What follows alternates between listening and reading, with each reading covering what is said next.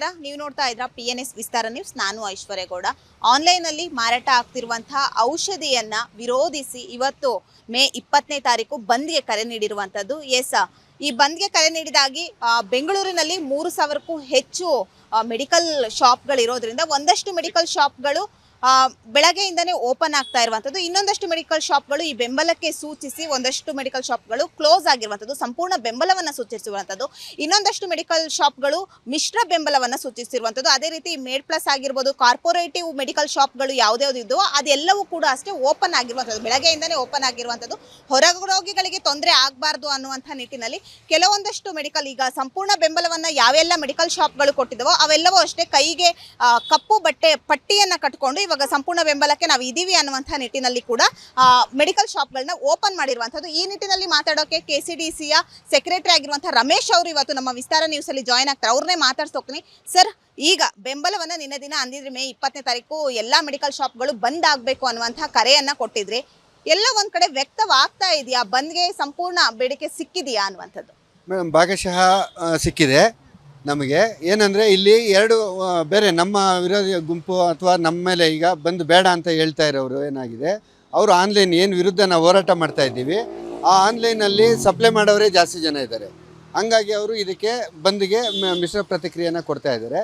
ನಮ್ಮ ರೀಟೇಲರ್ಸ್ಗೂ ತುಂಬ ಜನಕ್ಕೆ ಬೇರೆ ಬೇರೆ ಸುಳ್ಳು ವದಂತಿಗಳನ್ನ ಹಬ್ಬಿಸಿ ತೆಗೀರಿ ಅಂತ ಹೇಳಿದ್ದಾರೆ.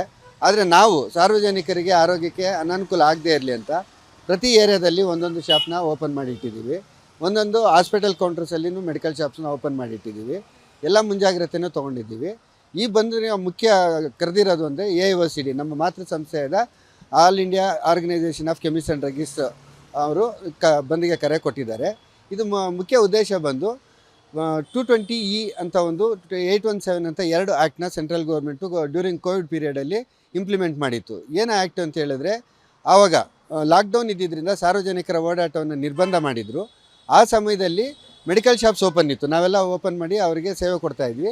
ಅಲ್ಲಿಂದ ಔಷಧಿಗಳನ್ನ ತೊಗೊಂಡೋಗಿ ಮನೆಗೆ, ಗ್ರಾಹಕರಿಗೆ ಮನೆಗೆ ಸರಬರಾಜು ಮಾಡೋದಕ್ಕೆ ಅಂತ ಒಂದು ಆ್ಯಕ್ಟ್ ತೊಗೊಂಬಂದು ಅವರಿಗೆ ಅವಕಾಶ ಕೊಟ್ಟರು. ಯಾಕೆಂದರೆ ಡ್ರಗ್ ಆ್ಯಂಡ್ ಕಾಸ್ಮೆಟಿಕ್ ಆ್ಯಕ್ಟ್ 1947ನಲ್ಲಿ ಈ ಆನ್ಲೈನ್ ಔಷಧಿ ವ್ಯಾಪಾರಕ್ಕೆ ಪ್ರಾವಿಷನ್ನೇ ಇಲ್ಲ, ಮಾಡೋಂಗಿಲ್ಲ, ಅಪರಾಧ ಅಂತ ಇದೆ.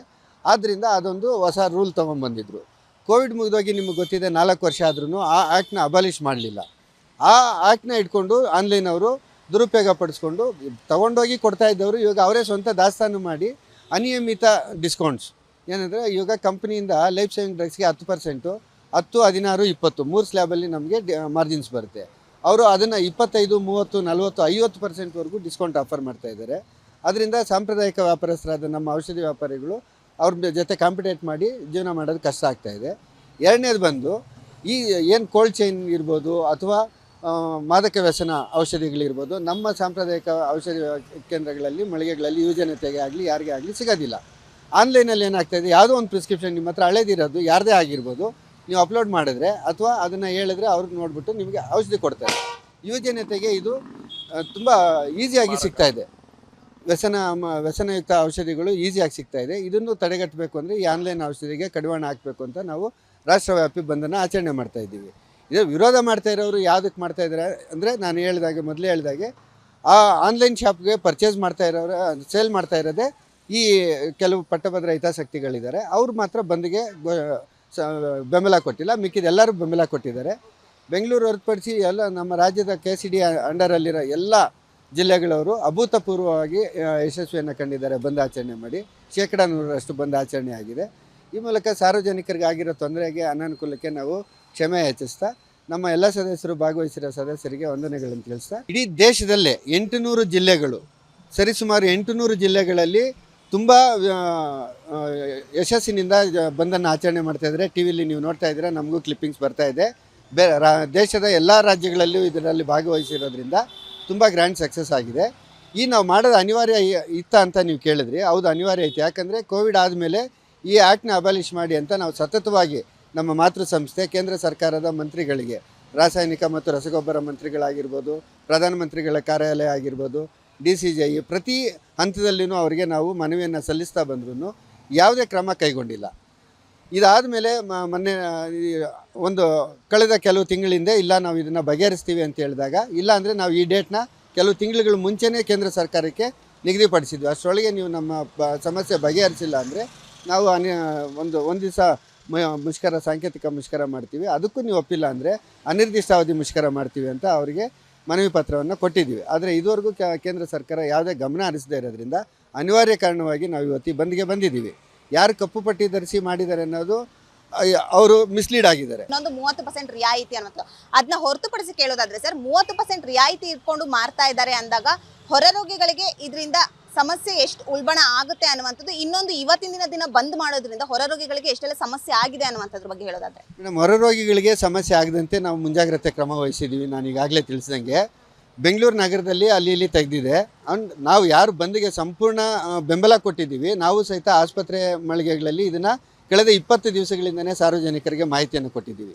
ಎಲ್ಲಿ ಅಂಗಡಿ ಓಪನ್ ಆಗಿರುತ್ತೆ 20ನೇ ತಾರೀಕು, ನಿಮ್ಗೆ ಅಲ್ಲಿ ಅಕಸ್ಮಾತ್ ಸಿಕ್ಕಿಲ್ಲ ಅಂದರೆ ನೀವು ಯಾರಿಗೆ ಕಾಲ್ ಮಾಡಬೇಕು, ಕಾಲ್ ಮಾಡಿದ್ರೆ ಅರ್ಧ ಗಂಟೆಯಲ್ಲಿ ನಿಮಗೆ ಬೇಕಾಗಿರೋಂಥ ಜೀವರಕ್ಷಕ ಔಷಧಿ ಆಗ್ಬೋದು, ನಾರ್ಮಲ್ ಔಷಧಿ ಆಗ್ಬೋದು ತಲುಪಿಸ್ತೀವಿ ಅಂತ ಎಲ್ಲ ಸಾರ್ವಜನಿಕರಿಗೂ ನಾವು ಮಾಹಿತಿ ಕೊಟ್ಟಿದ್ದೀವಿ. ಇನ್ನೊಂದು ಸಂತೋಷದ ಸುದ್ದಿ ಏನಂದರೆ ಸಾರ್ವಜನಿಕರು ನಮಗೆ ಇದಕ್ಕೆ ಬೆಂಬಲ ವ್ಯಕ್ತಪಡಿಸಿದ್ದಾರೆ. ಯಾಕಂದರೆ ಅವರು ಹೇಳ್ತಾ ಇದ್ದಾರೆ ಆನ್ಲೈನಲ್ಲಿ ಅಷ್ಟು ತೋರಿಸ್ತಾರೆ, ನಂಬೋದು ಹೇಗೆ, ಅದು ನಕಲಿಯೋ ಅಥವಾ ಒರಿಜಿನಲ್ಲೋ ಗೊತ್ತಿಲ್ಲ ಅನ್ನೋದು ಅವ್ರಿಗೂ ಇದೆ. ನಾವು ಅದನ್ನೇ ಹೇಳ್ತಾ ಇದ್ದೀವಿ. ಯಾಕಂದರೆ ಕಂಪ್ನಿಗಳೇ ಹೇಳೋ ಪ್ರಕಾರ ಮಾರ್ಜಿನ್ ಯಾವ ಸ್ಲ್ಯಾಬಲ್ಲಿನೂ ಯಾರಿಗೂ ಜಾಸ್ತಿ ಕೊಡಲ್ಲ ಅಂತ. ಹಂಗಿದ್ದಾಗ ಅವ್ರು 40% 50% ಆಫರ್ ಮಾಡ್ತಾರೆ ಅಂದರೆ ಅದು ಎಷ್ಟು ಸತ್ಯ ಅಂತ ಗೊತ್ತಿಲ್ಲ. ನಕಲಿ ಅಂತಲೇ ನಾವು ಭಾವಿಸ್ತಾ ಇದ್ದೀವಿ. ಈ ರಿಟೇಲರ್ ಆಗಿ ಮಾಲೀಕರಿಗೆ ಏನೆಲ್ಲ ಸಮಸ್ಯೆ ಉಲ್ಬಣ ಆಗ್ಬೋದು ಅಂತ? ಮೇಡಮ್, ರಿಟೇಲರ್ ಮಾಲೀಕರಿಗೆ ನಾನು ಹೇಳ್ದಂಗೆ ಡಿಸ್ಕೌಂಟ್ ಅಂದರೆ ಆನ್ಲೈನಿಂದ ಫಸ್ಟ್ ಆಗೋದು ಅವ್ರ ವ್ಯಾಪಾರದ ಮೇಲೆ ಹೊಡೆತ. ಯಾಕಂದರೆ ಕಾರ್ಪೊರೇಟ್ ಕಂಪ್ನಿಗಳು ಬಂದಾಗ ನಿಮ್ಗೆ ಗೊತ್ತಿದೆ, ಅವರು ಸಣ್ಣ ಸಣ್ಣ ಕಂಪ್ನಿಗಳನ್ನ, ಈಗ ಕಿರಾಣಿ ಅಂಗಡಿಗಳಾಗಿರ್ಬೋದು, ಮುಂಚೆ ರಿಲಯನ್ಸ್ ಡಿಜಿಟಲ್ ಅವು ಇವು ಬರೋಕ್ಕೆ ಮುಂಚೆ ಸಣ್ಣ ಏನು ವ್ಯಾಪಾರಿಗಳಿದ್ರು ಅವರೆಲ್ಲ ಈಗ ಕಾಣಿಸ್ತಾ ಇಲ್ಲ ರೋಡಲ್ಲಿ. ನಿಮ್ಗೆ ನೋಡಿ, ನಿಮ್ಮ ಸಂಘಟನೆಗಳಲ್ಲೇ ಒಗ್ಗಟ್ಟಿಲ್ಲ, ಒಂದು ಸಂಪೂರ್ಣ ಕೊಟ್ಟರೆ ಇನ್ನೊಂದು ಮಿಶ್ರ ಕೊಡ್ತಾ ಇರುವಂಥದ್ದು. ಈ ಒಡಕುಗಳಿಂದ ಪ್ರಯೋಜನ ಆಗುತ್ತಾ ಈ ಬಂದು ಅಂತ? ಖಂಡಿತ ಪ್ರಯೋಜನ ಆಗುತ್ತೆ ಮೇಡಮ್. ನಾನೇನು ಹೇಳಿದೆ, ಇದು ಬರೀ ಕರ್ನಾಟಕ ಅಥವಾ ಬೆಂಗಳೂರಿಂದ ಕರೆದಿರೋ ಮುಷ್ಕರ ಅಲ್ಲ, ಇಡೀ ದೇಶದಲ್ಲಿ ಮುಷ್ಕರ ನಡೆಸ್ತಾ ಇರೋದ್ರಿಂದ ಸಕ್ಸಸ್ ಆಗುತ್ತೆ. ಈಗಾಗಲೇ ನಮ್ಮ AIOCD ಮಾತೃ ಸಂಸ್ಥೆಗೆ ಕೇಂದ್ರ ಸರ್ಕಾರದಿಂದ ಕರೆಗಳು ಬರ್ತಾ ಇದೆ. ನಾಳೆ ಏನು ಡಿಸೈಡ್ ಮಾಡ್ತಾರೆ ಅಂತ ನೋಡೋಣ. ಇವಾಗೂ ಈ ನಮ್ಮ ಬಂದ್ ಪ್ರತಿಕ್ರಿಯೆ ನೋಡಿ, ಬೇರೆ ರಾಜ್ಯಗಳಲ್ಲಿ ನೀವು ನೋಡಿದ್ರೆ, ಪಕ್ಕದ ಆಂಧ್ರ ರಾಜ್ಯದಲ್ಲಿ ನೋಡಿದ್ರೆ ಇವನ್ ಮೆಡ್ಪ್ಲಸ್ ಅಪೋಲೋ ಸಹಿತ ಕಂಪ್ಲೀಟಾಗಿ ಮುಚ್ಚಿದೆ ಇವತ್ತು. ನೋಡಿದ್ರಲ್ಲ, ಇದಿಷ್ಟು KCDC ಪ್ರೆಸಿಡೆಂಟ್ ಆಗಿರುವಂತಹ ರಮೇಶ್ ಅವರ ಮಾತಾಗಿತ್ತು. ಅವ್ರು ಹೇಳ್ತಾ ಇರುವಂಥದ್ದು, ಈ ಹಿಂದೆನೂ ಕೂಡ ಅಷ್ಟೇ ನಾವು ಸರ್ಕಾರಕ್ಕೆ ಮನವಿಗಳನ್ನ ಮಾಡಿದ್ರಿ, ಆದರೆ ಭರವಸೆಗಳನ್ನ ಕೊಡ್ತಾ ಇದ್ದಾರೆ, ಬಟ್ ಮಾಡುವಂತಹ ಕೆಲಸ ಮಾಡ್ತಾ ಇಲ್ಲ. ಆದರೆ ಇನ್ನು ಮುಂದಿನ ದಿನಗಳಲ್ಲಿ ಯಾವ ರೀತಿ ಭರವಸೆಯನ್ನ ನೀಡ್ತಾರೆ ಅನ್ನುವಂಥದ್ದನ್ನ ಕಾದು ನೋಡಬೇಕಾಗಿರುವಂತಹ ಮಾತು ರಮೇಶ್ ಅವ್ರದ್ದಾಗಿತ್ತು. ಕ್ಯಾಮರಾ ಪರ್ಸನ್ ಹರೀಶ್ ಜೊತೆ ಐಶ್ವರ್ಯಗೌಡ, PNS ವಿಸ್ತಾರ ನ್ಯೂಸ್, ಬೆಂಗಳೂರು.